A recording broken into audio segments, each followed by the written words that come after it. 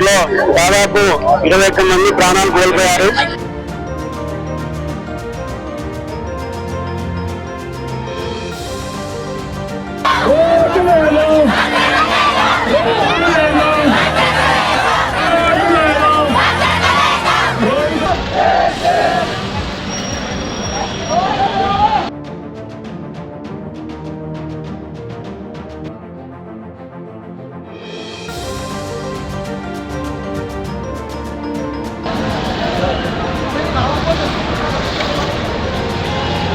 లో దాదాపు 21 మంది ప్రాణాలు కోల్పోయారు. నేను ఒక డాక్టర్ గా చెప్తున్నాను, ఒక ప్రాణాన్ని కాపాడడానికి మనం ఎంత కష్టపడతాము. ఒక చిన్న జ్వరం వచ్చినా, పంటికి నొప్పి వచ్చినా, కంటికి నొప్పి వచ్చినా, మరి విలువైన ప్రాణాలు, ఎలాంటి రోగం లేని వాళ్ళు మరి రోడ్ల పైన ఏదో చిన్న పని కోసం బయటికి వెళ్తూ, స్కూటర్ పైన, ఆటోలో, బస్సులో, మరి విద్యార్థులు స్కూల్కి వెళ్తూ, కాలేజీకి వెళ్తూ మరి రోజు రోడ్ల పైన యాక్సిడెంట్ లో చనిపోతున్నారు.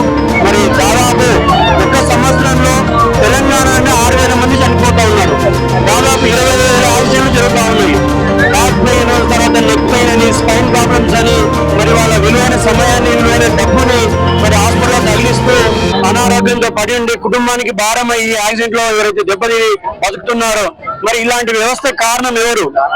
ఏ దేశంలో అయినా మరి ఏదో పెద్ద పెద్ద విషయాల కోసం, అంటే విద్య కోసము, ఫ్యాక్టరీల కోసము, ఎంప్లాయ్మెంట్ కోసం ఉద్యమం చేస్తారు. కానీ సిగ్గు చేయడం ఏంటంటే ఈరోజు మనం రోడ్ల కోసం స్వాతంత్రం వచ్చి దాదాపు 79 సంవత్సరాలు అయినా కూడా ఈ రోజు రోడ్ల కోసం మరి ఈరోజు విద్యార్థులు, కళాశాల విద్యార్థులు మరి ఉద్యమించాల్సి వస్తుందంటే ఒక్కసారి మరి ఈ రోజు చదువుకున్న సమాజంలో ఎవరైతే ఓటేస్తున్నారో, టీచర్లు కావచ్చు, డాక్టర్లు కావచ్చు, లాయర్లు కావచ్చు, మరి విద్యావంతులు కావచ్చు, అందరూ ఆలోచించండి. మీరు అందరూ కూడా రోడ్ల మీదకి వస్తారు. రోజు మీ ప్రాణాలు రిస్క్ లో ఉన్నాయి.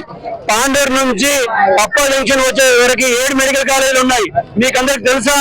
మీకు ఏమైనా యాక్సిడెంట్ అయితే, మీకు ఊపిరి అందని పరిస్థితి ఉంటే మీకు వెంటిలేటర్ ఫెసిలిటీ లేదు. పాండూరులో లేదు, వికారాబాద్ లేదు, చేవెళ్ళలో లేదు, మైనాబాద్ లేదు. మరి మీ ప్రాణాలకు భద్రత ఏది? కాబట్టి సురక్షితమైన రోడ్లే మనకు కావాలి. మరి దీనికోసము సభ్య సమాజంలో ప్రతి ఒక్కరూ కదలాలి, ఆలోచించాలి. మీ భవిష్యత్తు కోసము మీరు కారులో ఉన్నా, బెంజ్ కారులో ఉన్నా మీ ప్రాణానికి సేఫ్టీ లేదు, అందరూ గుర్తుపెట్టుకోవాలి. మరి చిన్న తప్పు చేస్తేనే ఎవరైనా ఒకరికి కత్తిలో పొడిచినా మరి ప్రాణం తీసిన వాడిని జైల్లో వేస్తాము, శిక్ష వేస్తాము.